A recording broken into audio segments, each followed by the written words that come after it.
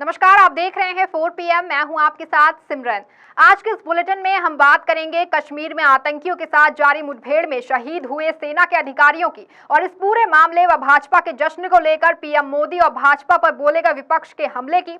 बात करेंगे संसद के विशेष सत्र के एजेंडे का खुलासा करने पर विपक्ष के सरकार को घेरने की। वहीं जानेंगे दोषी नेताओं पर सजा के मामले पर सुप्रीम कोर्ट द्वारा नियुक्त एमिकस क्यूरी विजय हंसारिया ने अपनी रिपोर्ट में क्या कुछ कहा। इसके अलावा दिन भर की कुछ और बड़ी खबरों से भी कराएंगे आपको रूबरू, लेकिन उससे पहले एक नजर हेडलाइंस पर। सपा नेता आजम खान के ठिकानों पर दूसरे दिन भी जारी आयकर विभाग की छापेमारी। तेलुगु सुपरस्टार पवन कुमार का बड़ा ऐलान, आंध्र प्रदेश विधानसभा चुनाव में चंद्रबाबू नायडू की टीडीपी के साथ गठबंधन में चुनाव लड़ेगी जनसेना पार्टी। बिहार के बागमती नदी में डूबी नाव सवार होकर स्कूल जा रहे 20 बच्चों को बचाया गया, 10 लापता। मध्य प्रदेश के इंदौर में कांग्रेस का शिवराज सरकार के खिलाफ जबरदस्त प्रदर्शन, जीतू पटवारी ने भाजपा को बताया किसान विरोधी। बजरंग पुनिया के खिलाफ मानहानि मामले में पटियाला हाईकोर्ट में टली सुनवाई।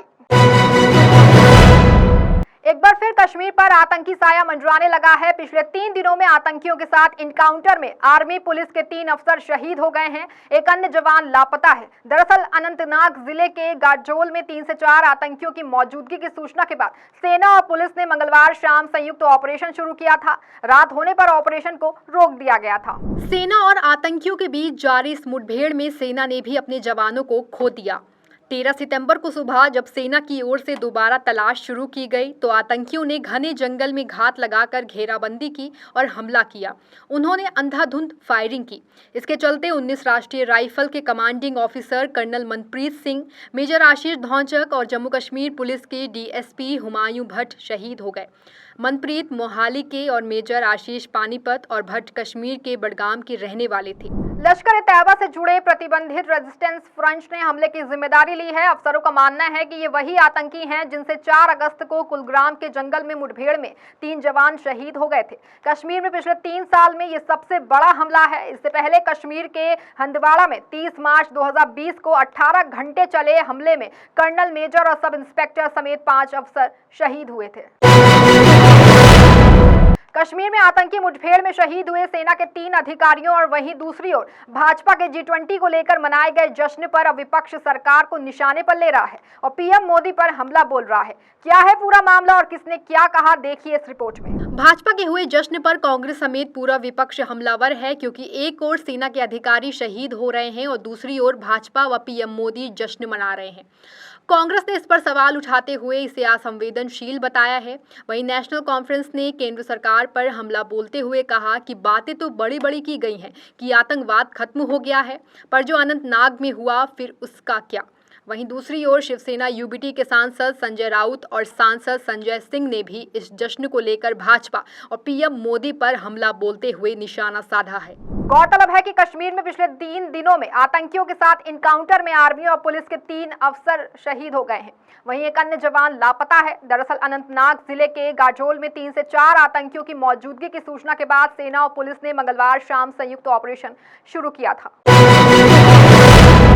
दोषी नेताओं के आजीवन चुनाव लड़ने पर रोक लगाने की याचिका को लेकर सुप्रीम कोर्ट द्वारा नियुक्त एमिकस क्यूरी विजय हंसारिया ने सुप्रीम कोर्ट ने आज अपनी 19वीं रिपोर्ट दाखिल की। एमिकस क्यूरी ने रिपोर्ट में इस बात का समर्थन करते हुए कहा कि अगर कोई नेता दोषी है तो उसके चुनाव लड़ने पर आजीवन प्रतिबंध लगाया जाए। और क्या कुछ कहा है एमिकस क्यूरी विजय हंसारिया ने, देखिए इस रिपोर्ट में। पेश की गई इस रिपोर्ट में कहा गया है कि दोषी नेताओं पर 6 साल के बैन के बजाय आजीवन प्रतिबंध लगाना चाहिए। एमिकस क्यूरी ने अपनी रिपोर्ट में कहा कि केंद्रीय सतर्कता आयोग अधिनियम 2003 और लोकपाल और लोकायुक्त अधिनियम 2013 के तहत दोषी ठहराए जाने के बाद स्थानीय अयोग्यता धारण करने से हटाने का प्रावधान है। धारा 8 के तहत अपराध को गंभीरता और गंभीरता के आधार पर वर्गीकृत किया गया है, लेकिन सभी मामलों में दोषी ठहराए जाने के बाद अयोग्यता सिर्फ केवल 6 साल की अवधि के लिए है। 18 सितंबर से शुरू होने वाले संसद के विशेष सत्र में हिस्सा लेने के लिए सभी दलों ने अपने सांसदों को बोल दिया है। इसके लिए अब पार्टियों के सांसद दिल्ली पहुंचने भी लगे हैं। इसी क्रम में हिमाचल की मंडी से कांग्रेस सांसद प्रतिभा सिंह भी दिल्ली पहुंची, जहां उन्होंने पार्टी के राष्ट्रीय अध्यक्ष मल्लिकार्जुन खड़गे से भी मुलाकात की। मुलाकात में क्या कुछ बात हुई, देखिए इस रिपोर्ट में। दिल्ली पहुंची प्रतिभा सिंह ने पार्टी अध्यक्ष मल्लिकार्जुन खड़गे के साथ हिमाचल प्रदेश में आई आपदा के बाद पैदा हुई स्थिति के बारे में चर्चा की। साथ ही प्रतिभा सिंह ने संगठनात्मक मुद्दों पर भी राष्ट्रीय अध्यक्ष के साथ चर्चा की। जानकारी के मुताबिक प्रतिभा सिंह ने एक बार फिर हिमाचल कांग्रेस के कर्मठ कार्यकर्ताओं की एडजस्टमेंट पर भी बात की। प्रतिभा सिंह ने पार्टी अध्यक्ष खड़गे से कहा कि अगर कर्मठ पार्टी कार्यकर्ताओं को जल्द सरकार में कोई जिम्मेदारी दी जाती है तो इससे पार्टी कार्यकर्ताओं में नए रक्त का संचार होगा। गौरतलब है कि हिमाचल कांग्रेस अध्यक्ष प्रतिभा सिंह ने बीते महीने भी राष्ट्रीय अध्यक्ष खड़गे के साथ मुलाकात कर हिमाचल में कांग्रेस कार्यकर्ताओं से जल्द एडजस्टमेंट किए जाने की बात कही। वहीं इससे पहले प्रतिभा सिंह ने अखिल भारतीय कांग्रेस कमेटी के महासचिव संगठन महासचिव केसी वेणुगोपाल और हिमाचल कांग्रेस प्रभारी राजीव शुक्ला से भी अलग अलग बैठक करके संगठन के महत्वपूर्ण मसलों पर चर्चा करके उन्हें ग्राउंड जीरो की रिपोर्ट से अवगत कराया है। मोदी सरकार की ओर से 18 से 22 सितंबर तक चलने वाले संसद के विशेष सत्र के एजेंडे को लेकर किए गए खुलासे के बाद अब विपक्ष सरकार पर निशाना साध रहा है और अपनी अपनी प्रतिक्रिया दे रहा है। इसको लेकर के कांग्रेस और टीएमसी दोनों की ओर से प्रतिक्रियाएं सामने आ चुकी हैं। क्या कुछ कहना है इन दलों का, देखिए इस रिपोर्ट में। विशेष सत्र के एजेंडे पर सरकार पर निशाना साधते हुए कांग्रेस की ओर से पार्टी के जनरल सेक्रेटरी जयराम रमेश ने सोशल मीडिया पर लिखा कि आखिरकार नरेंद्र मोदी सरकार 18 सितंबर से 5 दिनों तक चलने वाले पार्लियामेंट के स्पेशल सेशन का एजेंडा घोषित करने को तैयार हो गई है। ये पीएम मोदी को सोनिया गांधी की ओर से लिखे पत्र की वजह से हुआ है। कांग्रेस नेता ने आगे कहा कि जो एजेंडा पब्लिश किया गया है वो फिलहाल कुछ खास नहीं है। इसके लिए नवंबर के मानसून सेशन का इंतजार किया जा सकता था। मैं श्योर हूं कि लेजिस्लेटिव ग्रेनेड को लास्ट मोमेंट के लिए छुपा कर रखा गया है।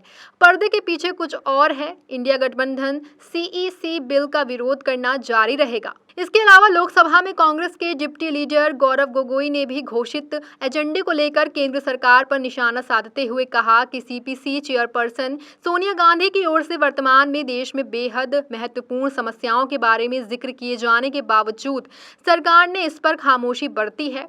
उन्होंने पूछा कि मणिपुर का जिक्र कहाँ है, हिमाचल प्रदेश की प्राकृतिक आपदा, महाराष्ट्र में सूखा और इन्फ्लेशन का मुद्दा कहाँ है। वहीं टीएमसी के प्रवक्ता डेरेक ओब्रायन ने भी केंद्र सरकार की ओर से घोषित एजेंडे का विरोध किया है। गौरतलब है कि सरकार की ओर से 18 से लेकर 22 सितंबर तक बुलाए गए संसद के विशेष सत्र को लेकर एजेंडा जारी न किए जाने पर विपक्ष सरकार पर हमलावर था। इसके बाद अब सरकार ने एजेंडा बताया है।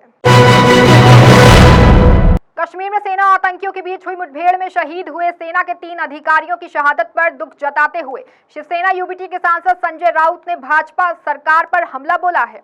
राउत ने कहा कि जिस वक्त हमला किया जा रहा था उस वक्त हमारे पीएम के ऊपर भाजपा कार्यकर्ता द्वारा फूल बरसाए जा रहे थे। और कुछ क्या बोला है राउत ने, देखिए इस रिपोर्ट में। भाजपा द्वारा G20 के सफल आयोजन के लिए पीएम मोदी के लिए एक सम्मान पर तंज कसते हुए संजय राउत ने कहा कि वो मानते हैं कि G20 सफल हुआ है तो हम भी मानते हैं कि फूल बरसाने जाने चाहिए, लेकिन जिस वक्त फूल बरसाए जा रहे थे उस वक्त हमारे जवानों पर गोलियां चल रही थी। इसमें हमारे 3 अधिकारी शहीद हो गए हैं। उन्होंने कहा कि 3 बड़े अधिकारियों का शहीद होना साफ दर्शाता है कि जम्मू कश्मीर की हालत आज भी ठीक नहीं है। उन्होंने कहा कि आप किस खुशी में फूल बरसा रहे हो, क्या आपको दुख नहीं होता कि आपकी तरफ से कोई बयान आया? नहीं। वहीं पीओके को भारत को कब्जे में लाने वाले बयान पर भी निशाना साधते हुए राउत ने कहा कि एक तरफ भाजपा कहती है कि पीओके को अपने कब्जे में ले लेंगे, दूसरी तरफ भारत पाकिस्तान के साथ क्रिकेट खेल रही है। गौरतलब है कि कश्मीर के अनंतनाग में आतंकियों और सेना के बीच हुई मुठभेड़ में सेना के 3 अधिकारी शहीद हो गए हैं। इसको लेकर के राउत ने भाजपा पर हमला बोला है। 18 से 22 सितंबर तक चलने वाले संसद के विशेष सत्र के एजेंडे का मोदी सरकार ने खुलासा कर दिया है। सरकार की ओर से बताया गया है कि इस विशेष सत्र में कुल 4 विधेयकों को पेश किया जाएगा। मोदी सरकार की ओर से उन 4 विधेयकों का भी जिक्र कर दिया गया है। वहीं सरकार के एजेंडे का खुलासा करने के बाद अब कांग्रेस ने एक बार फिर सरकार पर निशाना साधा है। मोदी सरकार की ओर से जानकारी देते हुए बताया गया कि स्पेशल सेशन के पहले दिन दोनों सदनों में संसद के 75 साल की यात्रा पर चर्चा होगी। इसके बाद मोदी सरकार सदन में 4 विधेयक पेश करेगी। इन विधेयकों में अधिवक्ता विधेयक 2023, प्रेस एवं आवधिक पंजीकरण विधेयक 2023, मुख्य चुनाव आयुक्त और अन्य चुनाव आयुक्त विधेयक 2023 और डाकघर विधेयक 2023 शामिल हैं।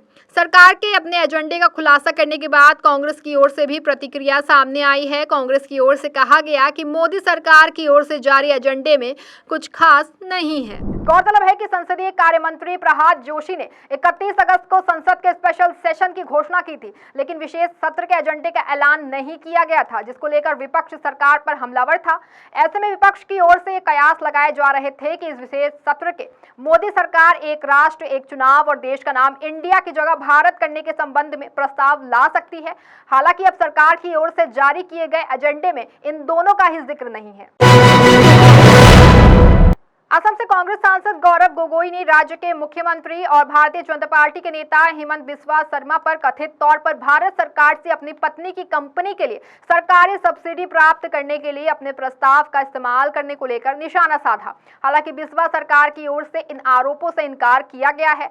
क्या है पूरा मामला, देखिए इस रिपोर्ट में। कांग्रेस सांसद गोगोई ने आरोप लगाते हुए कहा कि पीएम मोदी ने भारत के किसानों की आय दोगुनी करने के लिए किसान संपदा योजना शुरू की, लेकिन असम में मुख्यमंत्री हेमंत बिस्वा शर्मा ने अपने प्रभाव का इस्तेमाल करके अपनी पत्नी की फर्म को क्रेडिट लिंक्ड सब्सिडी के हिस्से के रूप में 10 करोड़ रुपए दिलाने में मदद की।